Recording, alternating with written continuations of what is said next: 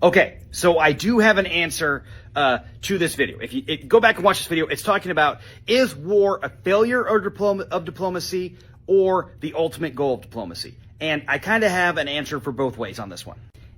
I think the answer to this question depends on what is the reason for the war. If we're looking at someone like John Brown, who's starting a war against slave owners, his end goal for that war is not diplomacy. Diplomacy is never an action. In fact, his way of diplomacy in that fight is war. If you look at other conflicts like the American Revolution, which Professor O'Keefe mentions in that video, that is a failure of diplomacy. At least a failure of diplomacy on the British Empire's fault. American Revolution, British Empire says the Americas are a colony. They are not entitled to the same rights as English people because they don't live in England.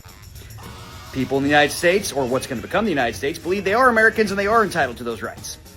Americans issue proclamations, they issue olive branch petitions, they issue things to the British government to try to get them on the same page, and Britain ultimately doesn't want to listen to that diplomacy.